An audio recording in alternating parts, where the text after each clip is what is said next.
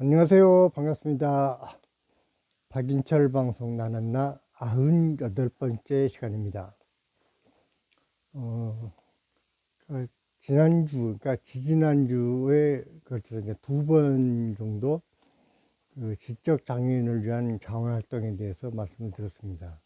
그리고 그 활동을 하게 된 그 동아리, 그러니까 지금 모임의 이름이 이제 분수대라는 얘기까지 말씀을 드렸었고요. 거기서 제가 그 아이들에게 나는 아무것도 지지 못한다라는 어떤 그 무력감 때문에 그 도망을 쳐서 나와버렸다라는 말씀까지 들었었는데요. 근데 이제 도망 나오기 직전에, 그러니까는 제가 이제 대학교 2학년 2학기, 그러니까 겨울방학 때까지 이제 그 활동을 했었는데, 그게 이제 그 크리스마스가 다가왔을 때, 그 아이들과, 그러니까 분수대 회원들이 크리스마스 파티를 하기로 이제 약속을 했습니다. 그날따라 저는 이제 시내에 이제 볼일이 있어가지고 이제 돌아다니다가 시간이 많이 늦어버렸습니다. 사실 이제 저는 절에 가서 이제 밤새면서 참선을 할 때도 나는 불교 신자가 아니다라는 마음을 이제 가지고 있었는데, 왜냐면은 뭐 요즘도 그렇지만 어떤 그 제도화된 그 종교들이 뭐 어느 종파를 가리기 전에 뭐 기독교나 불교나 기타 여러 가지 이제 종교들이 어떤 개인의 삶을 풍요롭고 자유롭게 만드는 것이 아니라 오히려 속박하고 얽어내는 작용을 하는 모습들을 보이기 때문에 그런 그 제도 안에 내가 그 구속되는 거를 그 좀 단호하게 이제 거부하는 그런 입장이었습니다.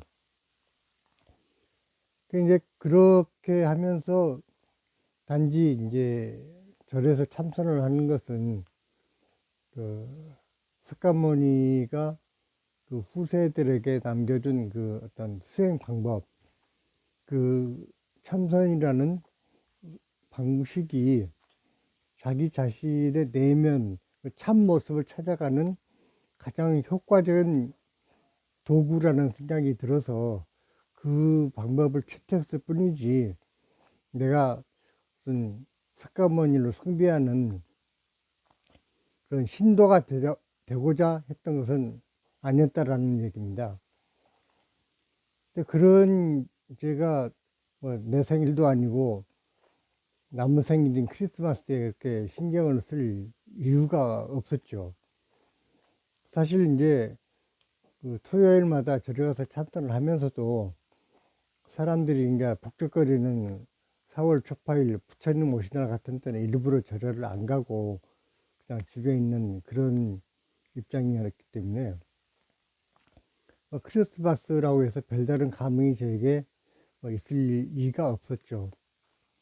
근데 단지 이제 그날 어, 찜찜했던 것은 그 지적 장애를 가진 그 아이들이 대부분 이제 뭐 10대 중후반 이 정도 나이를 가지고 있었는데 그 이제 그 자원 활동을 하다 보니까 이제 아는 사람들을 한 명, 두 명 이렇게 더 불러서 같이 하다 보니까 회원 수가 점점 늘어가지고 그 거기에 이제 배우러 나와 있는 그 지적 장애인보다 회원 수가 약간 많아졌습니다. 그렇게 되니까는 회원들이 어차피 이제 1대1 대응이 가능하니까 그러면은 그 1대1 담임제를 하자. 그래가지고 각자가 한 명씩의 그 아이들을 그 담임을 하는 걸로 이렇게 이제 결정을 했습니다. 물론 저도 얼떨결에 한 친구를 이제 담당을 해서 그 내가 너를 전담하는 선생님이다라는 식으로 이제 얘기를 했죠. 근데 그렇게 이제 지내다가 이제 크리스마스가 다가왔는데 그 시간을 보니까 아무리 빨리 부지런히 가도 1시간 정도 지각을 하겠더라고요. 그래서 가야 되나 말아야 되나 이제 고민을 하다가 그래도 얼굴이라도 보고 나오자 싶어가지고 이제 갔습니다. 갔는데 이제 이미 저는 1시간쯤 지각을 해가지고 가서 보니까 테이블 위에 뭐 과자니 음료수니 잔뜩 올려놓고 이제 한참 그 파티가 이제 무르익고 있었습니다.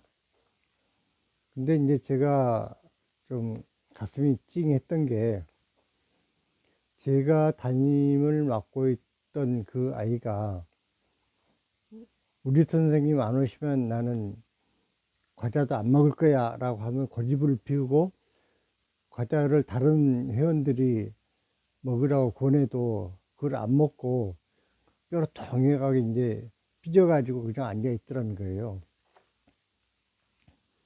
그러고 있다가 제가 이제 가니까는 좋아서 그냥 팔짝팔짝 뛰면서 예, 그 빨리 오라고 하면서 그 자기 자리로 이제 나를 끌어당기는 것이었어요. 그래서 이제 그때부터는 그 친구도 이제 뭐 과자도 먹고 음료수도 마시고 하면서 이제 같이 파티에 어울리고 했는데 제가 이제 그 모습을 보면서 그 밖에서 일 보면서 그날 파티에 갈까 말까를 망설이고 있었던 저 자신이 참 너무 이기적으로 내 생각만 한 게 아닌가라는 또 자책감을 느꼈습니다. 그는 사실 저는 이제 제가 담당한 그 친구가 저에 대해서 그만큼 어떤 애착을 가지고 있으리라고는 전혀 이제 생각을 못 했었거든요. 그래서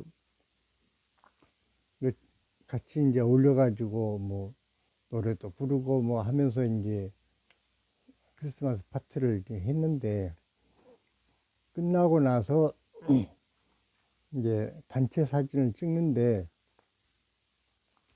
그러니까 저마다 이제 그 회원들이 자기가 담당한 그 친구들과 그 짝을 이루어 가지고 나란히 서서 이제 그 단체 사진을 찍었습니다. 근데 제가 담당했던 그 친구가 내 옆에서 내 허리를 이렇게 팔로 감더니 사진을 찍게 되니까 힘껏 끌어안는 것이었어요. 근데 그런 모습을 보면서 그 친구들을 너무 그러니까 지적 능력이 떨어진다고 해서 감성까지 떨어지는 건 아닌데 내가 그러니까 저 자신이 그런 부분을 섬세하게 살피지 못하고 너무 내 생각만 하고 그 친구에게 수월하지 않았는가. 그러니까 그 친구가 그 목공예 훈련원에서 이제 나무를 깎고 이러면서도 뭔가 그 어떤 그러니까 자기를 특별히 아껴주는 누군가가 있다라는 데에 대해서 굉장한 어떤 그 자부심을 느끼고 있었는데 그 부분을 제가 이제 간과하고 그 친구에게 좀 더 살갑게 대하지 못했던 것에 대해서 좀 미안하기도 하고 저 자신은 또 자책감도 느껴지고 이제 그렇습니다. 또 아무튼 이제 그렇게 크리스마스 파티를 마치고 이제 돌아갔는데 심지어 이제 다른 회원들이 박익철 회원은 저렇게 따뜻한 사랑을 받으니까 참 좋겠어요라고 질투인지 시심인지 아니면 부러움인지 그런 식으로 이제 농담 반 진담 반으로 얘기하는 회원들까지 있었습니다. 근데 그때 저는 이제 절실하게 느낀 것이 이제 저 자신이 그 아이들에게 뭔가를 주려고 엄청 노력을 했지만 정작 중요한 것은 그 마음을 함께 나누는 것. 즉, 그 친구가 나를 원하고 내가 또 그 친구에게 할 수 있을 만큼만 해주면 되는데 나는 내 기준에서만 나는 아무것도 주지 못해. 나는 무력자야. 나는 무능력해. 라는 식으로 자책만 하면서 도망갈 궁리만 한 게 아닌가라는 생각을 했던 것입니다. 물론 이제 그러고 나서도 어차피 이제 2학년을 마치면서는 그 활동을 중단하고 결국은 이제 도망을 갔는데 그러고 나서 그 헌병으로 검문하러 올라왔던 그 친구를 우연히 또 버스 안에서 만나면서 다시 이제 분수대의 소식을 듣게 되고 그러는 과정에서 내가 그동안에 항상 나를 기준으로 생각했던 뭐 나는 뭐 무능력하다, 나는 줄 게 없다라는 식의 어떤 기준점을 뒤집어서 그 아이들의 입장에서 세상을 보니까는 같이 할 게 너무나 많다라는 것을 나중에는 느끼게 되었습니다. 그러니까 결국은 내가 밖에서 아이들을 향해서 무엇을 주려고 했을 때는 줄 게 아무것도 없었는데 거꾸로 그 아이들의 입장에서 세상을 돌아보니까 너무나 이 사회로부터 뺏어와야 될 것들이 참 많다라는 느낌을 받았던 것이죠. 그런데 그 부분은 또 얘기가 참 길어질 것 같으니까 오늘은 정말 간략하게 크리스마스 파티에 관한 이야기만 말씀을 드리고 이제 그 이후에 어떤 사회성, 그러니까 사회복지와 우리 인간의 어떤 그 존엄에 대해서 여러 얘기거리가 많은데 차츰차츰 그 얘기들을 풀어가도록 하겠습니다. 이왕 들으시는 거 구독자도 많이 좀 늘려주시고 또 좋아요 또 눌러주시면은 더욱 고맙겠습니다. 감사합니다.